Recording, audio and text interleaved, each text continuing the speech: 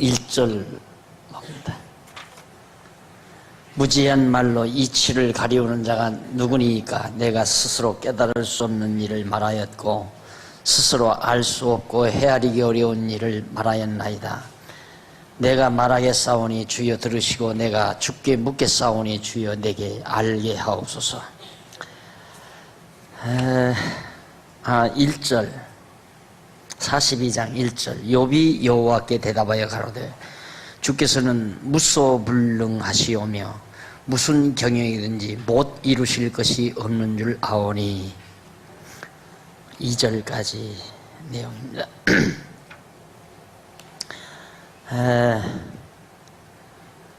지난 시간 우리 38장, 욥기 38장부터 41장 사이에서 천지 만물을 주관하시는 그런 섭리를 통해 나타내신 여호와의 전능성을 우리들이 찬양하는 내용을 알아봤습니다. 하나님은 우주와 만물, 모든 동물, 바다, 또 물고기, 악어, 이런 모든 것 다 하나님의 지혜로 또 하나님의 능력으로 다 만드시고 주관하시고 섭리하신다라는 그런 내용을 하나님께서 하시는 말씀을 욥이 이제 찬양을 했습니다. 그리고 나서 이제 여호와의 회복은 두 번째 내용인데 한쪽 가로 없는 2번, 가로 없는 1번이 여호와의 권능이죠. 여호와의 권능. 그러니까 여호와가 얼마나 권능이 많으신가에 대해서 천지를 주관하시고 모든 만물을 다스리시며 섭리하시는 하나님의 권능을 노래했습니다. 그리고 나서 그런 권능이 풍성하신 하나님이 여호와께서 다시 욥을 회복해 주시는 그런 내용이 42장에 소개됩니다. 자, 그러면 우리가 욥기서 내용을 우선 42장 내용을 정리해 보면서 우선은 42장 1절로 6절에서 회복해 주시는데 우선 깨닫기.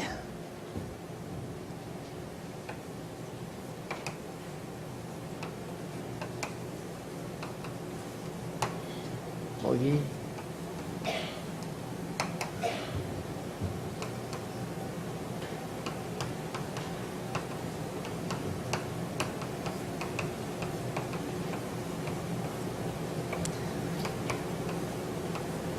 깨닫게 하신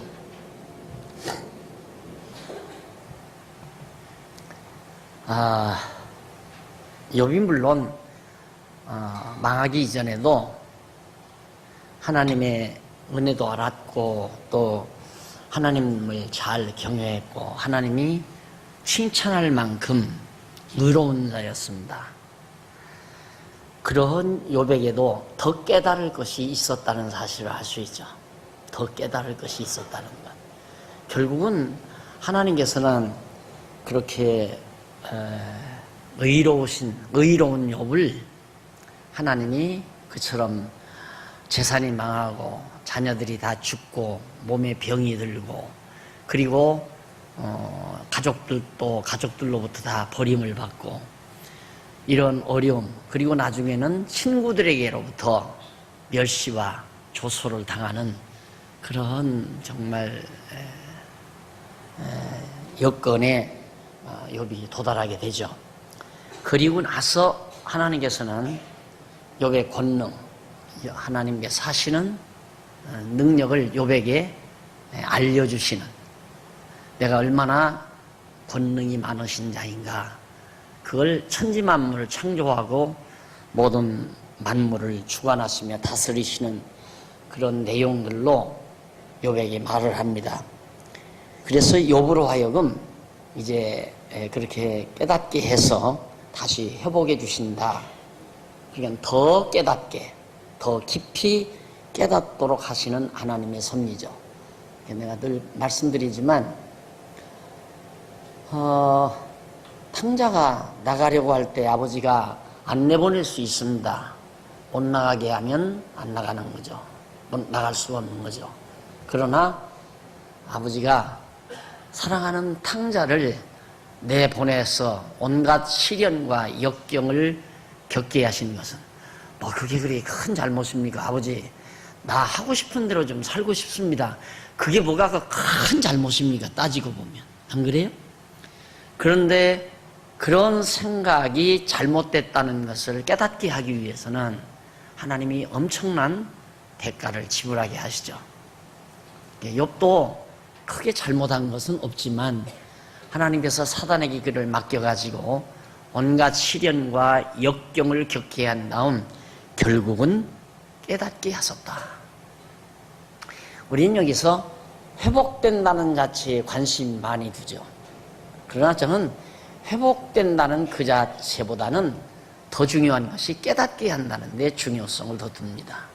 결국 하나님께서 우리를 이 땅 위에 살게 하시는 동안 어떤 일을 시키든 어떤 상황을 통해서든 결국 하나님의 능력과 권능, 여호와의 신실하심을 깨닫게 해가시는 하나님의 경륜이다.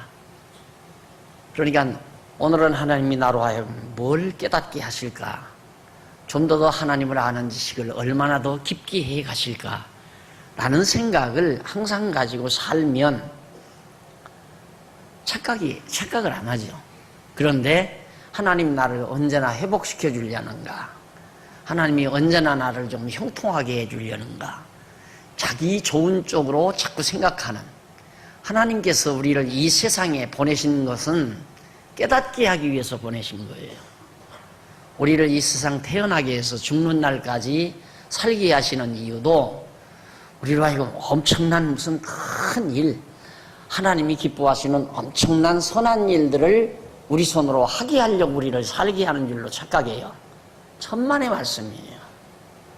그래서 사람들은 땅 위에 살면서 어떻게든지 큰 일을 하려고 하고 큰 업적을 내세우려고 하고 일을 하는 데 목적을 두려고 하고 내가 무슨 일을 하느냐, 뭔 일을 교회 생활도 마찬가지예요. 일하려고 교회 생활하는 사람하고 깨닫기 위해서 교회 생활하는 사람하고는 달라요. 깨닫게 하기 위해서 교회 생활을 해야 돼요. 깨닫는 것이 중점이라 이 말입니다. 그러니까 기독교는 최고의 지혜를 추구하는, 지식을 추구하고 지혜를 추구하는 최고의 진리의 전당이에요. 학문의 전당, 진리의 전당. 그런 긍지를 가져야죠. 우리는 진리를 추구한다. 깨닫기 위해서 나는 지금도 교회 생활을 한다. 이래야 되는데 천국 가기 위해서 교회 생활한다. 하나님께서 주시는 복을 받아 누리기 위해서 교회 생활한다. 다 빗나간 생활이죠. 빗나간 생각들을 가지고 있다 이 말입니다. 그러니까 하나님은 나로 하여금 뭘 더 깨달을 것이 있기에 이 고난 고통 많은 세상에 더 살게 해 두실까?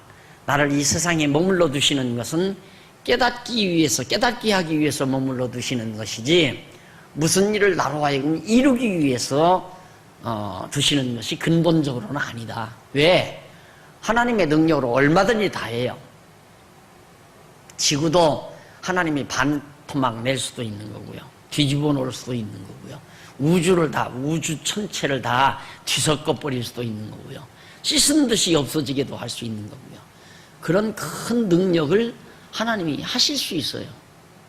그런데 우리 같은 존재로 하여금 자꾸 뭔가를 우리가 하나님을 위해서 뭔가 해드리려고 그렇게 어리석은 장난을 한다 이 말입니다. 어리석은 생각을 해요.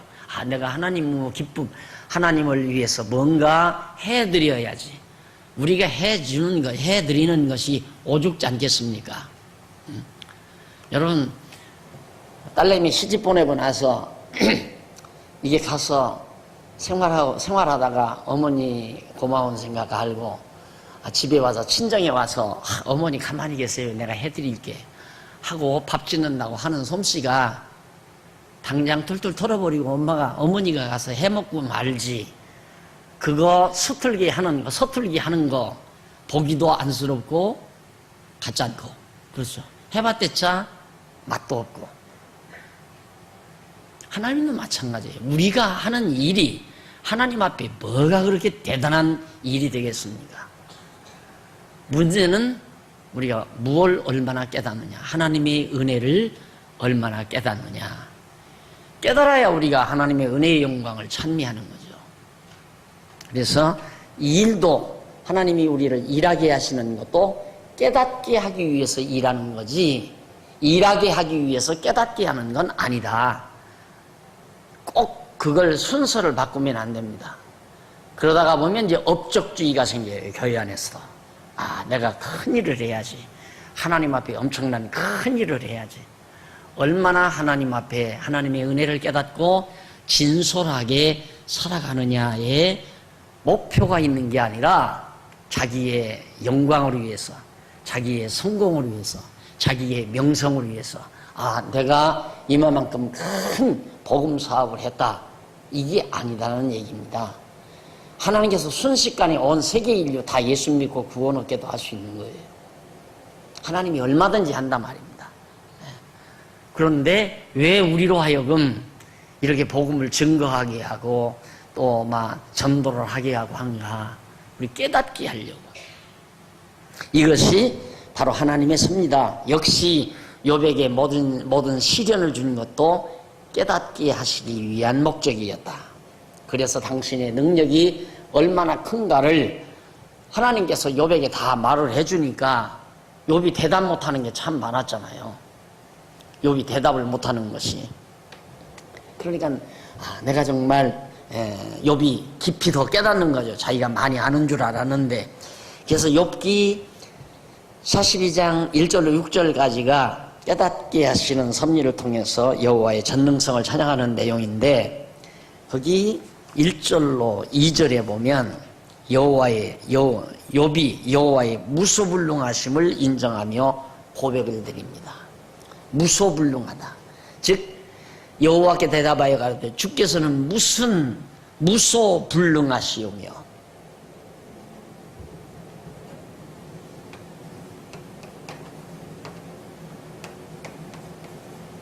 무소불능,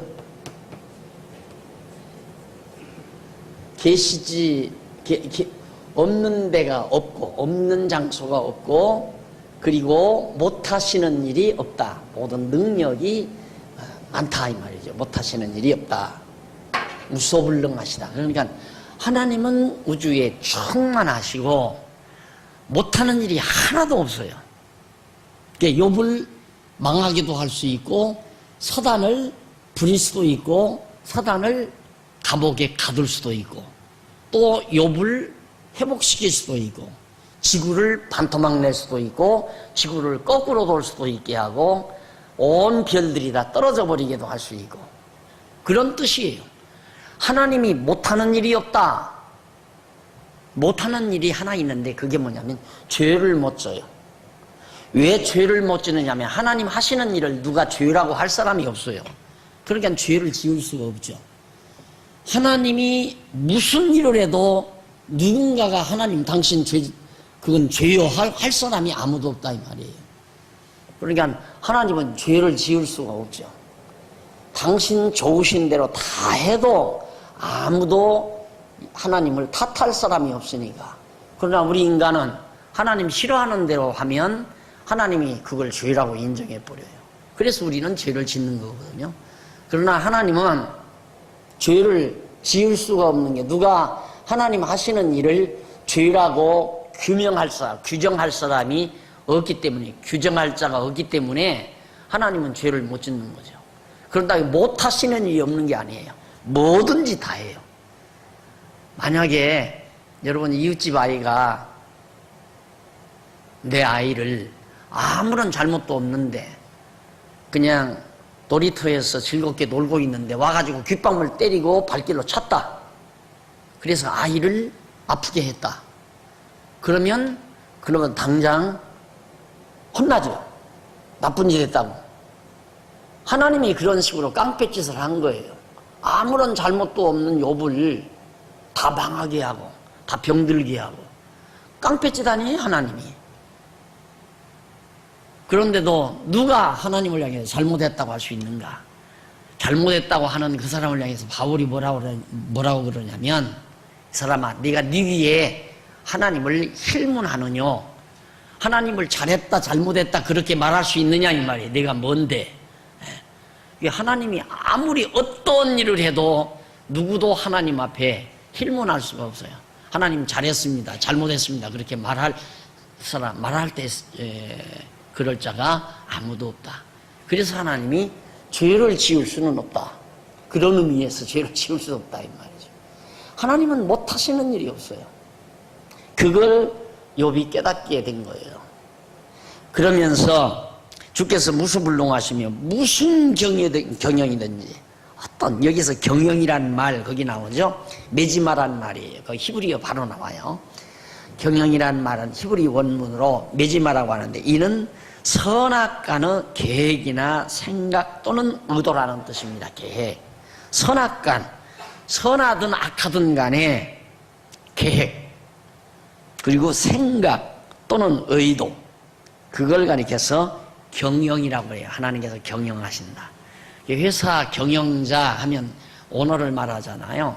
회사 경영자. 그러니까 회사 회장이 회사를 어떻게 운영할 것인가를 생각하고 계획하고 그렇게 하는 거, 그걸 경영한다 그 말이죠. 그렇듯이 하나님은 무슨 경영이든지 못하실 일이 없다. 무슨 경영이든지 못 이루실 것이 없다. 다 이룬다. 그걸 욥이 깨닫고 하나님 앞에 고백을 합니다. 그리고 3절로 4절에서는 욥이 여호와께 무지한 자기에게 알게 하시기를 간구합니다. 나 무지합니다. 하나님 앞에 하나님의 지식에 비하면 자기는 말도 안 되는 거죠. 친구들보다는 정말 훨씬 낫지만, 친구들이 가지고 있는 하나님의 지식보다는 훨씬 낫지만, 그러나 하나님 자체의 지식에 비하면 자기는 아무것도 아니다 이 말. 그게 무지하다. 그래서 나에게 알게 하시기를 간구합니다. 무지한 말로 이치를 가리우는 자가 누구니까 내가 스스로 깨달을 수 없는 일을 말하였고 스스로 알 수 없고 헤아리기 어려운 말을 하였나이다. 욥이 친구들하고 대화를 하면서 어쨌든 말은 하기는 했지만은 내가 스스로 깨달을 수 없고 알 수 없고 스스로 깨달을 수 없고 스스로 알 수 없는 헤아리기 어려운 말을 자기가 했다. 그럼 스스로 못한다는 말 하나님께서 알게 해서 했다는 얘기거든요. 그러니까 하나님이 나에게 깨닫게 하지 아니하면 내가 도저히 깨달을 수가 없습니다. 그러니 하나님의 지식과 나는 하나님에 비하면 나는 무지한 자입니다. 지식이 없는 자라 이 말이죠. 그러니까 자기가 친구들 앞에서 막 여러 가지 말한 것, 그것이 다 내 스스로 깨달은 게 아니라 하나님이 깨닫게 해서 다 깨달은 거고 아닌 것입니다. 그 말이에요. 그러면서 내가 말하겠사오니 주여 들으시고 내가 주께 묻겠사오니 주여 내게 알게 하옵소서. 내가 말하고 주님께 물으면 내게 다 가르쳐 주십시오. 그 말이에요. 참 지혜자, 참 지식이 있는 하나님 외에 없습니다. 인간이 가지고 있는 모든 지식은 하나님께서 주신 지식이죠. 그러니까 하나님을 모르는 자는 참 지식인이 아니에요. 이게 신앙만이 최고의 지식 추구다. 하나님을 알고자 하는 지식을 추구하는 것만이 진정한 지식 추구다. 대학이라는 게 뭡니까? 지식 추구예요. 지식 추구. 그래서 저는 이건 건전한 욕심이죠. 우리 장안중앙교회 성도님들은 모두가 좀 대단한 긍지, 이게 좀 생겨났으면 좋겠다 하는 생각을 하게 돼요. 우리는 최고의 지식입니다. 이런 생각. 그래서 정말 담담하고 자기 스스로가 하나님 앞에서 정말 묵직하고 이 세상 모든 만사를 보면서도 아주 태연한 자세로 그 모든 사태들을 바라볼 수 있고 요리할 수 있는 최고의 지식인으로 이런 얘기하면 난 고등학교밖에 안 나왔는데요. 난 중학교밖에 안 나왔는데 무슨 지식입니까? 아니에요. 세상에 학벌과는 아무 관계가 없어요. 사실 따지고 보면. 이것이 우리가 세상 제도권 속에서 우리가 따지는 세상이기 때문에 우리들이 가끔 가다가 그런 데 대한 제약을 받을지 모르지만은 실상은 하나님이 깨닫게 하시면 최고의 지식인이 가능한 겁니다. 사람들이 은행에 많은 돈을 가지고 있으면 뿌듯하고 든든한 마음은 가져도 이 내리 속에 최고의 지식을 가지고 있으면 뿌듯하고 든든한 마음은 안 가진다니까요. 도리어 그것이 대단한 것인데. 그래서 적어도 우리 성도대학에 나오시는 여러분들이 스스로가 자학을 하는 경우가 많아요. 왜? 이게 없으니까 그러거든요. 여기에 최고의 지식을 간직하고 있으면 자기가 자기 자신을 자학을 안 해요. 남이 나를 멸시하는 것은 내가 얼마든지 내가 나를 자학하지 않는 정도만 된다면 남이 나를 멸시할 때 나를 멸시하는 그 사람이 측은하게 보이고 바보처럼 보여요. 그런데 내가 나를 격화시켜버리면 구제할 방법이 없는 거예요. 내가 나를 격화시킨다는 말은 하나님을 아는 지식, 최고의 지식이 부족하기 때문에 그런 거거든요. 욥이 하나님이 나에게 깨닫게 아니하시면 내가 알 수 없는 일, 깨달을 수 없는 일들을 내가 말했다고 하는 사실은 하나님께서 다 나에게 알게 하고 깨닫게 해서 그렇게 했사오니 하나님이여 내가 물어볼 때 내가 말씀드릴 때에 다 나에게 알게 해주십시오 라고 그렇게 말을 합니다. 거기 이치라는 말이 나오죠.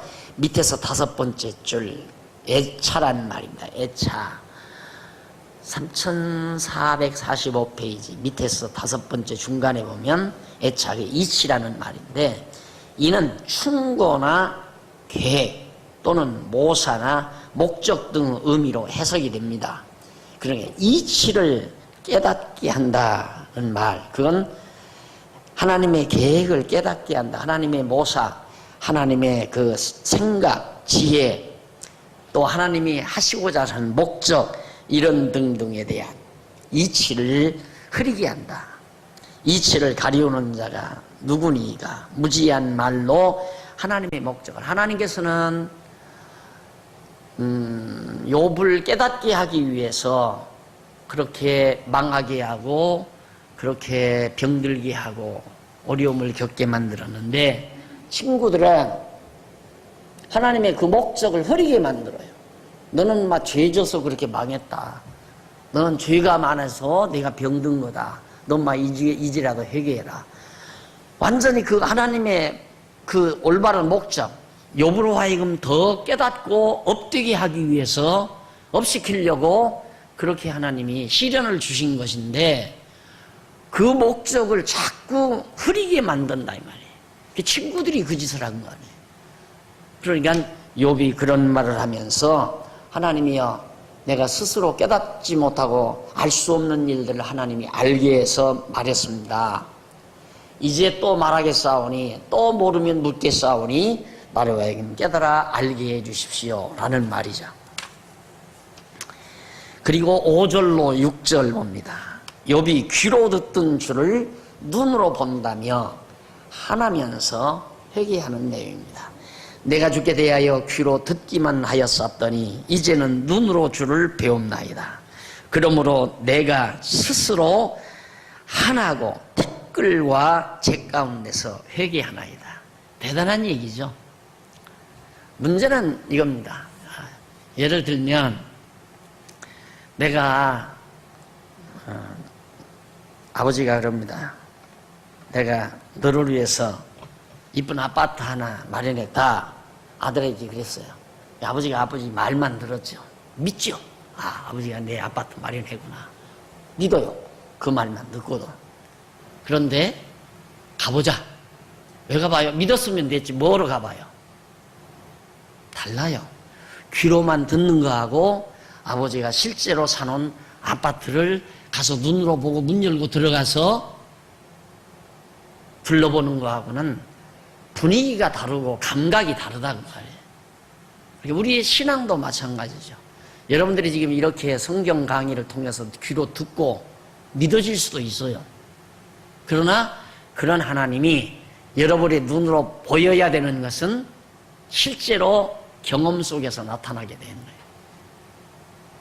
그래서 내가 처음 출애굽기 공부하면서 이론 공부는 40일밖에 안 했는데 시내산에서 40일밖에 안 했거든요. 그런데 경험하게 하는 공부는 40년을 시켰어요. 하나님의 교육 과정이에요. 여러분들 우리 이렇게 보면 이제 여러분들도 성도 대학부 끝나면 신학부 하고 싶은 사람들도 한다고 할지 모르죠. 무슨 학교가 공부는 조금밖에 안 하고 공부했다.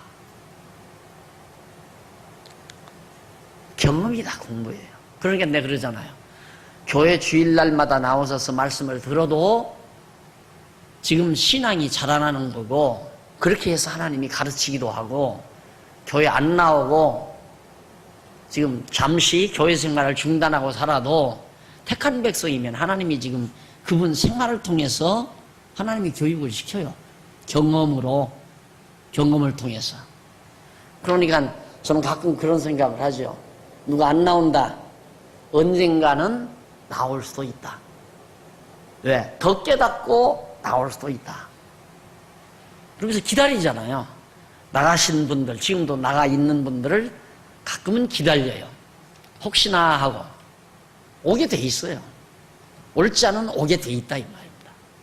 그러니까 꼭 와서 주일날 와서 꼭 듣기만 해야 공부가 아니라 안 듣고 한번 이 거친 세상 나가서 자기 멋대로 살아보고 탕자처럼 살아봐야 아버지 밑에 사는 것이 훨씬 행복하고 편안했구나 하는 걸 깨닫게 되듯이, 그렇게 한번 살아봐야 교회 생활이 얼마나 아름답고 소중한가를 알죠. 그래서 욥도 내가 귀로 듣던 줄을 눈으로 본다면서 한탄을 해요. 내가 왜 진즉이 하나님을 그렇게 못 봤을까 하고 하나님 앞에 회개하는, 내가 주께 대하여 귀로 듣기만 하였었더니 이제는 눈으로 주를 배움나이다. 그러므로 내가 스스로 하나고 댓글과 제 가운데서 회개하나이다. 과거에 겨우 귀로만 듣고 그렇게 생각했던 나를 내가 회개하고 뉘우칩니다. 상당히 욥이 성숙을 했죠. 그러니까 칼이 참 좋은 거죠. 칼은 참 좋은 거지만 아기가 어린 아이에게 맡긴다는 것은 아이의 생명이 위태로운 겁니다. 그러니까 칼을 맡기려면 적어도 성장했을 때, 그리고 훈련을 잘 시켜서 칼을 쓰는 방법을 다 알려준 다음에 그 다음에 칼을 주어야 적하고 싸울 때 적을 물리칠 수 있는 무기가 될 수 있는 거 아니겠어요? 그러듯이 우리 이 땅 위에 사는 동안 다 좋은 거죠. 하나님이 우리에게 주어야 하는 건. 돈도 좋은 거고, 명예도 좋은 거고, 출세도 좋은 거고, 인기도 좋은 거고, 다 좋은 거지만 아직 가지지 말아야 됐을 때 가지는 것은 화근이에요. 그게 화근이란 말입니다. 탕자가 돈 쓸 줄도 모르는데 돈을 몽땅 줘버리니까 돈이 타락의 요인이 돼버리잖아요. 돈 없으면 아버지 밑에 그냥 살죠. 그런데 돈이 많으니까 떠나버려요. 이게 무조건 이 세상에 사람들이 좋아한다고 해서 다 좋은 게 아니에요. 제가 그래서 가끔 그런 얘기해요. 만약에 지금의 오늘 우리 교회 이만큼의 모습이 내가 50대 초반이나 40대 후반에 이랬다면 오늘의 내가 안 됐을 거다. 벌써 엉뚱한 곳에 가 있을 거예요. 지금 이 시간쯤은 화요일이니까 그래도 교계 거물들하고 만나서 지금 어느 아주 좋은 호텔 레스토랑에 앉아서, 안 그러면 커피숍에 앉아서 한국교회 어쩌고 저쩌고 정치 얘기하고 이런 얘기하면서 지금 한유한 시간을 보내고 있을지도 모르죠.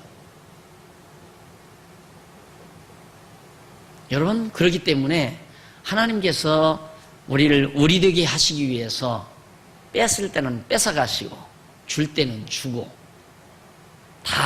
또 아플 때는 아프게 하시고 건강할 때는 건강하게 하시고, 하나님이 다 조절해서 그렇게 해 가시는 거예요.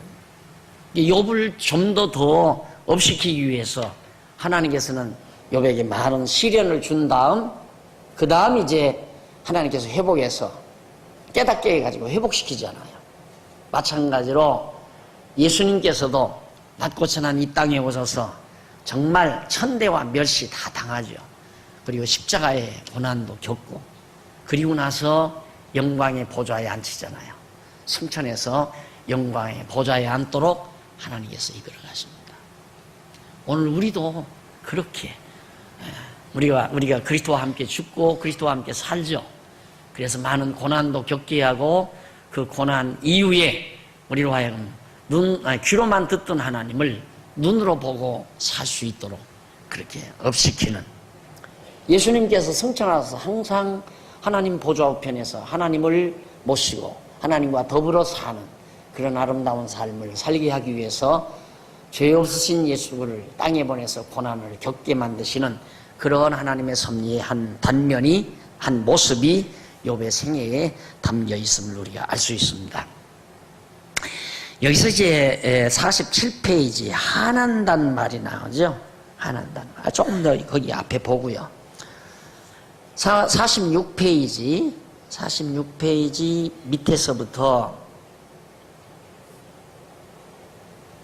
밑에서부터 여섯째 줄 가운데 보시면, 그러나 이제 그가 눈으로 뵙는다는 하나님의 섭리에 대한 지식은, 하나님께서 욥 스스로에게 고난을 주신 섭리는 물론 천지 만물을 주관하시는 섭리를 통해 계시하시는 여호와의 권능의 영광을 눈으로 보고 파악하는 절대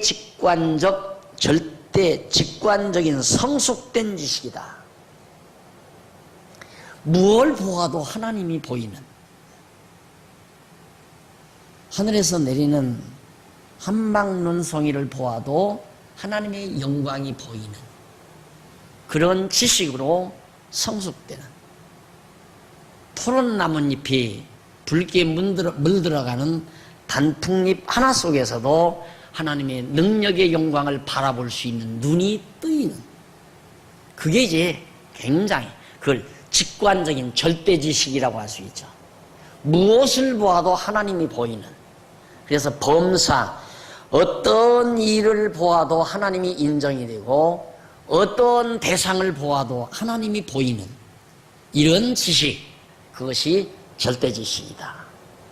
내가 멸시를 당하는 상황에 접해도 하나님의 능력의 영광을 보고, 내가 천대를 받는 상황, 내가 망하는 상황, 어떤 상황 속, 섭리 속에서도 하나님이 인정이 되는, 그것이 바로 하나님을 눈으로 보는 지식이다 라는 얘기입니다. 욥은 물론 다 하나님을 인정했어요. 자기가 망한 것도 갈대아 사람이 내 재산을 가져갔다고 말하지 않고 하나님이 가져갔다고 했고, 하나님이 주셨다가 하나님이 가져갔다고 해요. 이론적으로 다 그렇게 배웠기 때문에, 이론적으로 자기는 귀로 그렇게 들었다. 그러나 이제는 정말 내가 눈으로 볼 수 있습니다. 하나님을. 모든 만사, 운행되는 모든 천지 만물을 바라보면서 하나님의 영광을 찬양할 수 있는, 그래서 찬송 중에 그 찬송 참 제가 좋아합니다.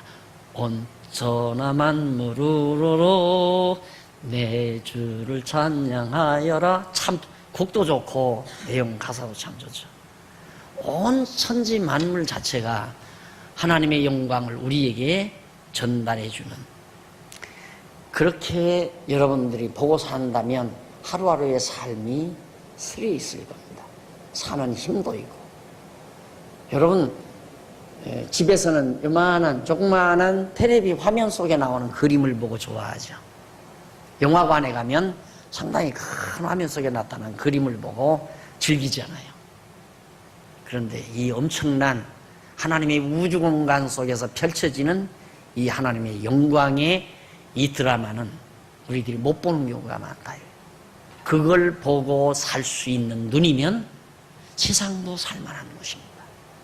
왜? 너무 감격스러운 부분들이, 감탄스러운 부분이 아니라 감탄하지 않을 수 있는, 감탄하지 않고서는 견딜 수 없는 그런 드라마가 지금도 이 우주 공간에서 계속 펼쳐져 간다는 사실을 우리가 깨닫고 난다면 구태여 비싼 돈 주고 영화관을 간다거나 거기 가서 좁은 화면 속에 나타나는 그림을 보고 안 그러면 뮤지컬을 보고 어떤 연극을 보면서 시간을 땜질하는 그런 조잡스러운 삶에 우리들이 빠져들지는 않는다는 얘기죠.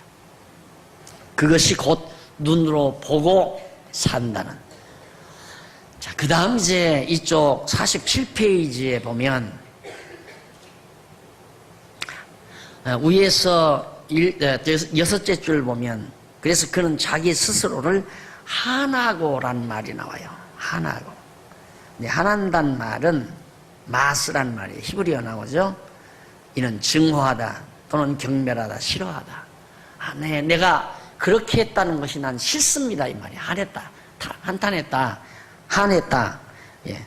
그러니까 싫어했다, 미워했다, 증오했다, 경멸이 했다. 나를 내 스스로를 한했다, 경멸이 여겼다. 그런 얘기죠. 자, 이렇게 해서 일단은 욥이 대단한 걸 깨달았죠. 엄청난 걸 깨달은 겁니다. 적어도 이 정도의 지식은 오늘 우리에게 가능하다는 얘기죠. 이 정도의 지식이. 이 정도의 지식은 지혜를 기반으로 하지 않고는 안 되죠. 지혜가 있고 이 지혜를 이루는 이런 지식들. 그러니까 총체적인 지식의 결합을 통해서 나타나는 것이 바로 지혜입니다. 그러니까 지혜와 지식은 밀접한 관계가 있는 거죠. 그래서 그 지혜 중에, 지식 중에도 하나님을 아는 지식, 최고의 지식이고, 이런 지식들의 근본을 우리가 정리해 나가면 지혜에서 얻어질 수 있는 것이다. 자, 그러면 지혜만, 깨닫게만 하시는 게 아니라, 그 다음 승하게 해요. 높게 해준다. 낮은 자를 높이신다, 이 말이죠. 42장 7절로 9절. 우선 7절에 보면 여호와께서 욥의 말같이 정당치 못한 친구들을 책망합니다. 여호와께서 욥에게 이 말씀을 하신 후에 대만 사람 엘리바스에게 이르시되 내가 너와 네 두 친구에게 노하나니, 엘리바스가 욥의 친구거든요. 또 그러니까 내가 너와 네 두 친구에게 노하나니 이는 너희가 나를 가리켜 말한 것이 내 종 욥의 말같이 정당하지 못함이니라. 그래, 욥의 말과 같이 정당하지 못함. 그럼 욥의 말도 정당하지 못했다는 얘기인가? 아니라, 그게 아니라 욥의 말처럼 정당하지 못했다. 이 참 애매하죠. 어디 한번 바른 성경은 어떻게 번역이 됐나 한번 봅시다. 7절 욥기 42장 7절 제가 찾아 읽어드릴게요.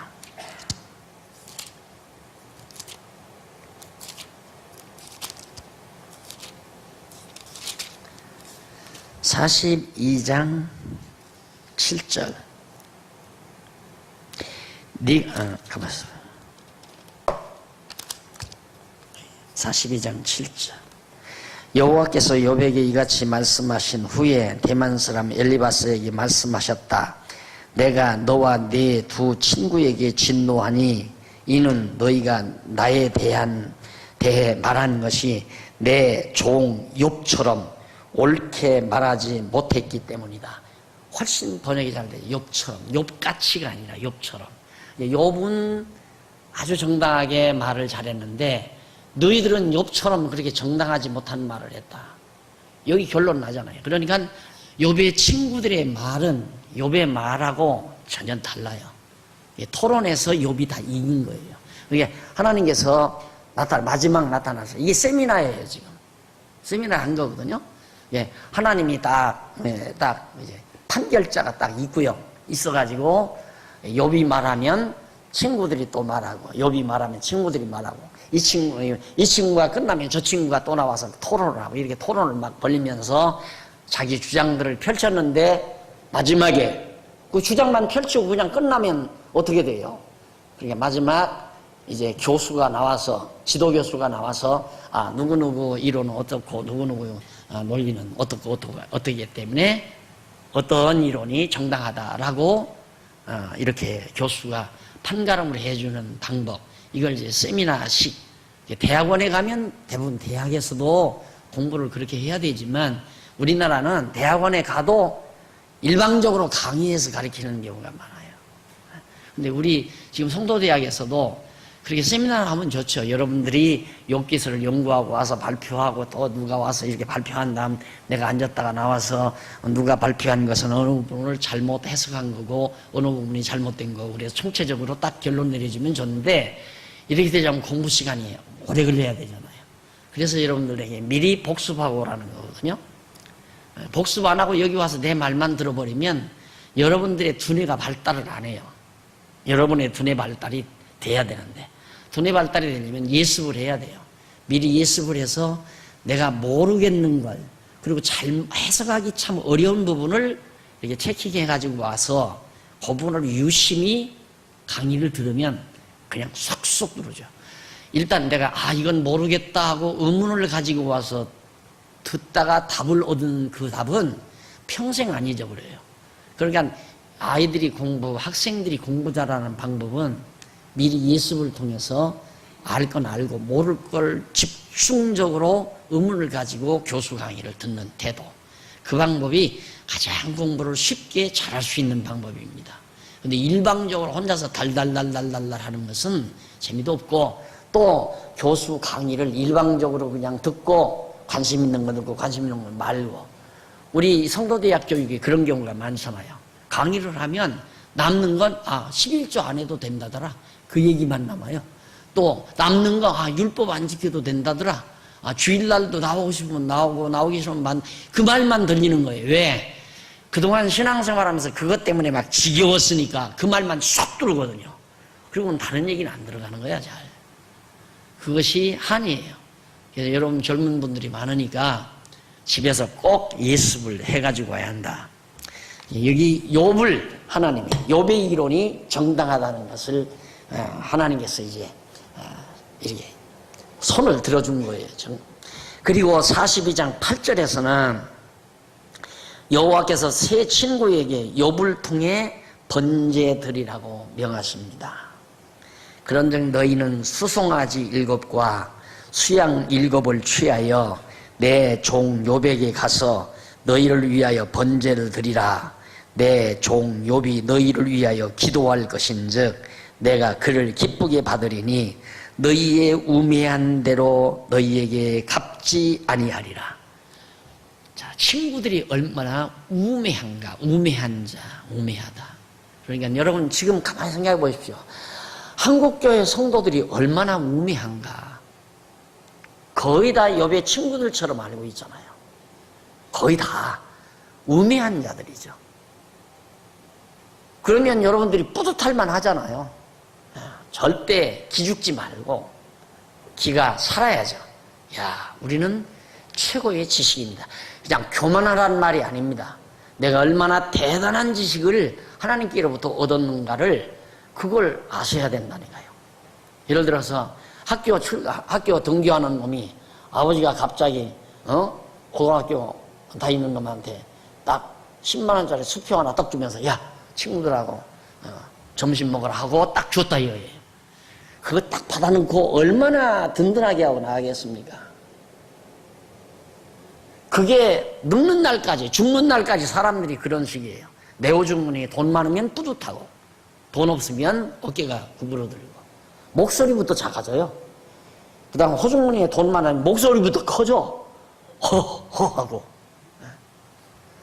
그런데 그거하고 비하겠느냐 이 말이에요. 하나님을 아는 지식이래.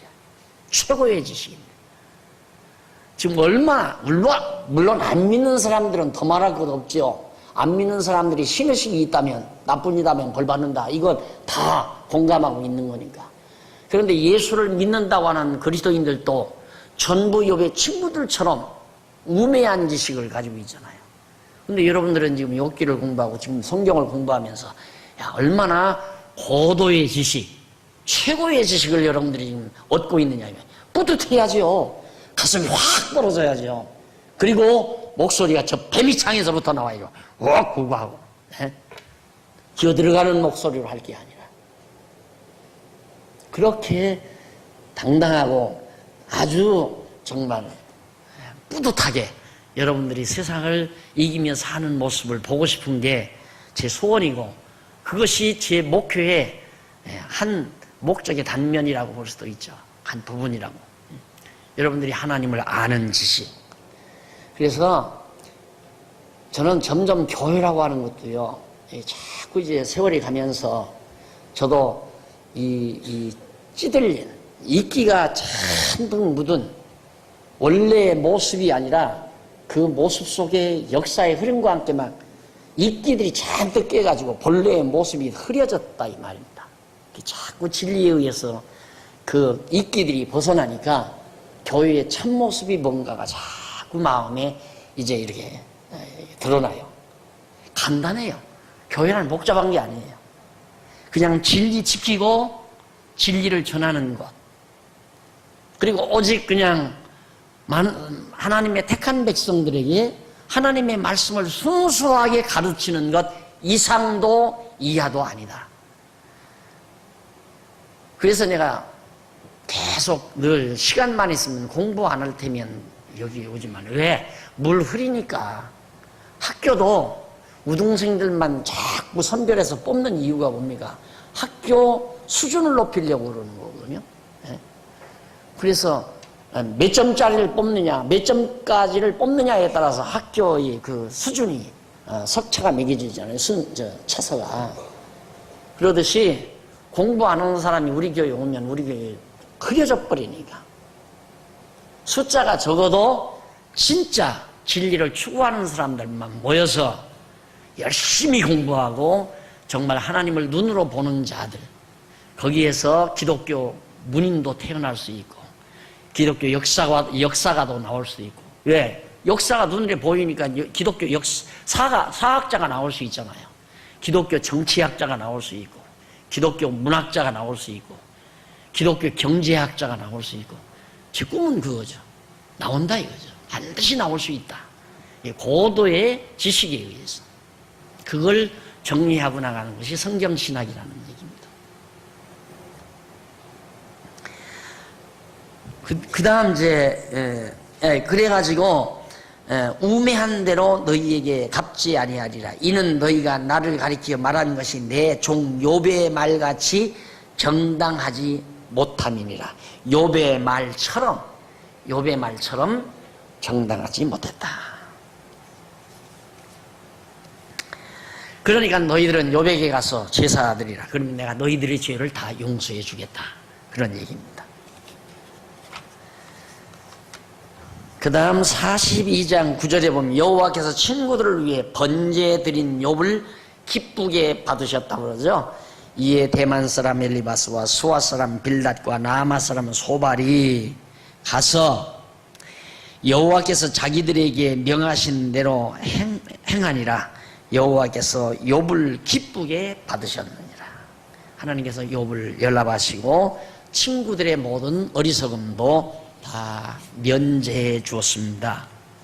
바로 예수 그리스도가 영원한 제물로 하나님께 드려지심으로 오늘 미련하고 어리석었던 우리 모두가 다 용서받을 것에 대한 하나의 모형적인 사건이었다고 그렇게 이해하시면 틀림이 없습니다. 자, 넘어가서 그 다음 승하게 하실 뿐만 아니라 복을 베풀어 주십니다. 세 번째로 42장 10절로 17절 복을 베풀어요. 10절 여호와께서 욥의 곤경을 돌이키시고 갑절의 복을 주신다. 욥이 너무너무 곤경에 빠졌잖아요. 그래서 갑절 곱을 줬어요. 곱. 자, 우리는 이제 여기만 관심이 있죠. 참 좋겠다. 그래서 우리들이 어디 어려움을 겪어도 하나님은 욥처럼 갑절 나에게 더 좋게 할 수 있을 거야. 이 생각을 자꾸 하는데 아까도 말했지만 갑절의 복을 받는 것이 중요한 것이 아니라 그 과정을 통해서 하나님을 아는 고상한 지식, 최고의 지식. 그래서 바울이 그리스도를 아는 지식이 가장 고상함으로 인해서 모든 걸 버렸다고 그러잖아요. 모든 걸 버렸다. 그래서 결국은 바울도 그리스도를 아는 지식 때문에 예수가 그리스도이심을 증거하기 위해서 그의 일생을 불태웠다는 겁니다. 왜? 그것이 가장 가치로웠다고 생각하니까. 사람은 자기 가치관에 의해서 삶이 이끌려져 갑니다. 내 가치를 명예에다 두면 한평생 명예를 위해서 삽니다. 내 가치를 건강에다 두는 사람은 한평생 모든 일을 건강을 위해서 합니다. 전부가. 내 가치를 돈에다가 두는 사람은 평생 돈벌이만을 위해서 노력을 합니다. 바울처럼 가치를 그리스도에게 두었을 때 그는 그리스도를 위해서 한평생 자기의 삶을 이끌어간 겁니다. 오늘 우리도 가치가 어디에 있는가? 여호와를 아는 지식, 하나님 지식이 최고의 가치라고 생각한다면 이 하나님 지식을 위한 일, 그걸 위해서 우리들도 살 수가 있게 되어진다. 사라지게 되어진다. 욥이 그 벗들을 위하여 빌매 여호와께서 욥의 곤경을 돌이키시고 욥에게 그전 소유보다 갑절이나 주신지라. 11절, 욥이 형제와 자매와 친지들로부터 위로와 선물을 받습니다. 자, 다 어찌요? 소유를 하나님께서 소유부터 회복시키고 소유 회복시켜 주니까 그 다음 주변 막 존경을 받게 돼요. 막 찾아와요. 형제와 자매와 친지들, 아내까지도 버리더니만 다 찾아오잖아요. 위로와 선물이 막 들어와요. 그 다음 12절로 15절, 여호와께서 욥에게 재물과 자녀들을 복으로 많이 주셨다. 영화롭게 하셨다 하는 얘기입니다. 42장 16절로 17절, 욥이 자손 4대를 보고 나이 늙어 기한이 차서 죽었다. 그 후에 욥이 140년을 살며 아들과 손자 4대를 보고 아들과 손자 4대를 보았고 나이 늙고 기한이 차서 죽었더라. 자, 분명히 기한이 얘기하죠. 기한. 하나님이 우리를 이 세상에 보내실 때 살아야 될 기한이 정해져 있어요. 80년, 90년, 100년. 욥은 140년이라고 그랬죠. 140년.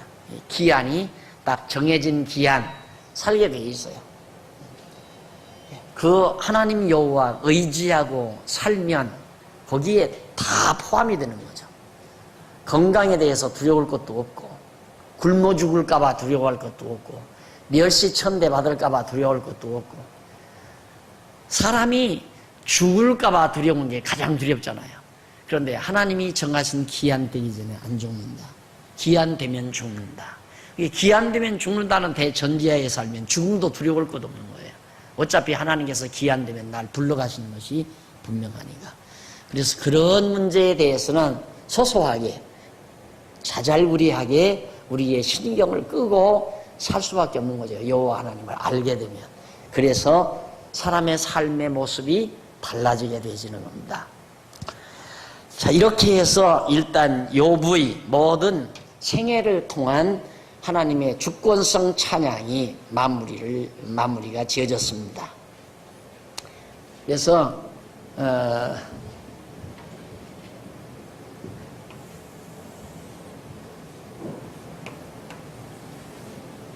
이게 구약이라고 그랬죠? 이 구약의 역사를 통해서 우선 하나님의 주권, 전능성,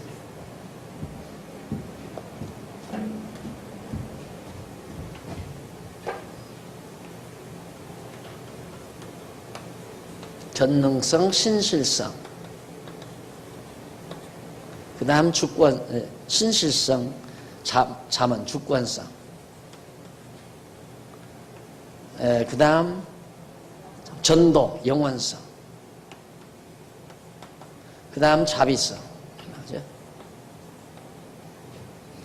이 역사 섭리를 통해서 하나님의 5대 속성이 다 드러났죠. 네, 욥기는 이 5대 속성 중에 이 전능성을 그리스도 사건을 통해서 노래한 거예요. 쉽게 말하면.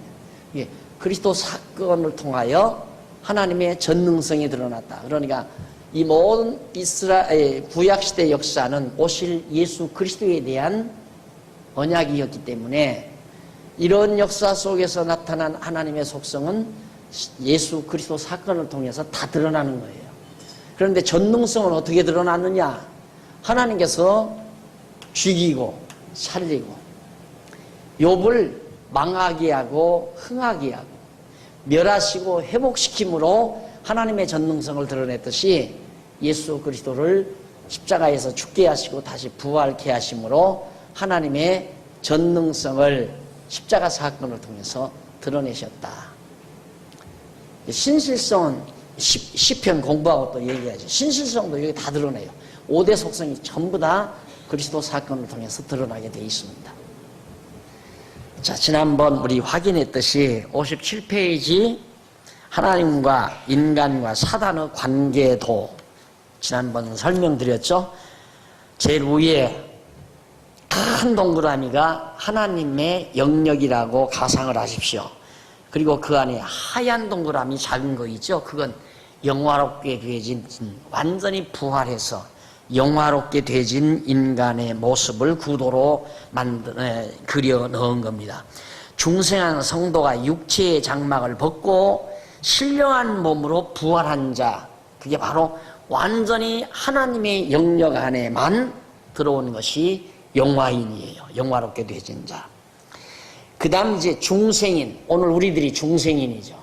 우리들은 걸쳐있죠. 사단과 하나님 영역 안에, 물론 하나님의 영역 안에 들어있는 사단의 영역 속에 일부가 있고 일부는 순수한 하나님의 영역 속에 들어있고, 이 하나님의 영역 속에 있는 건 영의 소욕이고 사단의 영역 속에 들어있는 건 육체의 소욕이에요. 그러니까 우리는 지금도 일부는 사단에게 매여 있고 일부는 우리의 영의 소욕은 하나님께 매여 있고, 그리고 이제 사단 안에 완전히 들어가 있는 자가 있죠. 그건 타락인이에요.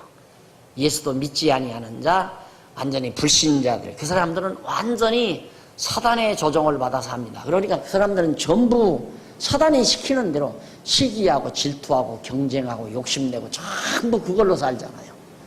전부가 다. 남을 돕는다는 것도 자기 드러내기 위해서 돕는 거예요.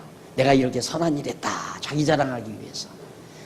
그러니까 믿지 아니하는 사람들 속에서 하나님이 보실 때 선한 것이란 하나도 없는 겁니다. 전부 사단의 조종하에서 오는 거지. 예를 들어서 어느 기업주가 연말이 됐다고 해서 막 라면을 막 한 추럭 실어다가 고아원에 갖다 풀었다. 그건 선한 일 아니냐? 천만의 말씀이에요.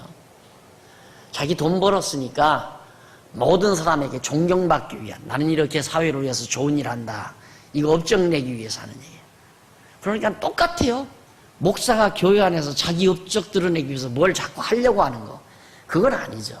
그건 아니에요. 자기의 선행을 드러내기 위해서, 자기의 공덕을 나타내기 위해서, 이건 전부 다 하나님 앞에서는 악한 겁니다. 하나님은 인간의 의를 자랑하지 못하게 하려고 하는데, 인간들이 자기가 돈 좀 들여서 라면 예상자 사다가 풀어주고 난 잘했다. 근데 사람들은 그걸 보고 참 그 사람 잘한다 이거야. 전부 그냥 자꾸 남에게 잘해주면 다 잘하는 거라고 생각해요. 잘해주는 이면에 뭐가 있느냐, 그게 중요한 겁니다. 잘해주는 이면에, 잘해주는 이면에 인기가 오잖아요.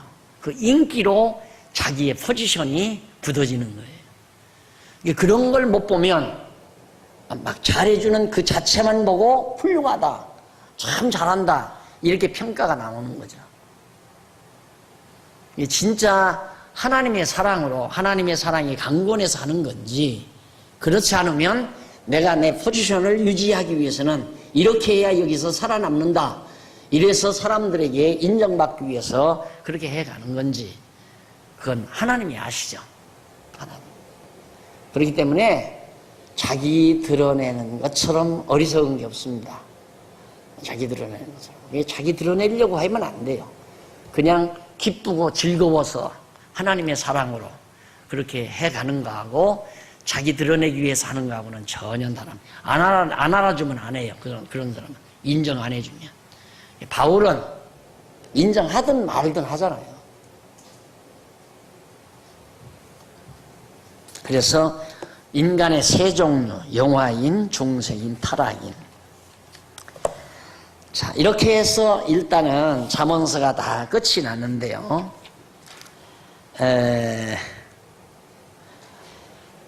밑에서 한번 보십시다. 56페이지 밑에서 7째 줄. 이 언약계시의 목적은, 그러니까 욥기의 언약계시의 목적은 여호와께서 죽었다가 부활하실 둘째 아담 메시아를 반드시 보내어 주신다는 사실을 욥을 패망케 하셨다가 흥하게 하신 여호와의 전능성에 대한 언약 자손의 찬양을 통하여 확증해 주심으로, 조금 문장이 길기 때문에 그 컴마를 잘 보시면서 이해를 해야 돼요. 그러니까 예수 그리스도 둘째 아담 메시아를 반드시 보내주신다는 그 사실을 뭘 통하여? 욥을 패망케 하셨다가 흥하게 하신 여호와의 전능성에 대한 언약 자손의 찬양을 통하여, 이게 욥기를 통하여 확증해 줬다. 뭘? 예수님을 보내주신다는 사실을 욥기를 통해서 확증해 주심으로 여호와 스스로가 언약대로 이루어 주시는 전능하신 하나님 여호와이심을 택한 백성으로 하여금 깨달아 알고 그를 경외하며 섬기도록 하시려는 데 있다. 문장을 아무리 짧게 하려고 해도 이거 최종 결론적인 거기 때문에 길 수밖에 없습니다. 어떻게든지 이해하기 좋도록 잘라보려고 해도 안 그러면 막 자꾸 문장이 길어지니까 결론적인 얘기가 안 되잖아요. 언제나 그 부분은 잘 유심히 보세요. 결론적으로 항상 나가서 글을 여러분들이 이 노트를 읽으실 때에는 집중을 하셔야 돼요. 처음에 시작할 때는 아주 알기 쉽게 단마디로 이렇게 잘 설명해 가지만은 마지막 그걸 총체적으로 묶어서 결론을 맺을 때는 문장이 길 수밖에 없어요. 긴 문장은 여러분들이 이렇게 잘 컴마를 찍으면서 정확하게 이해를 하시도록 해야 됩니다.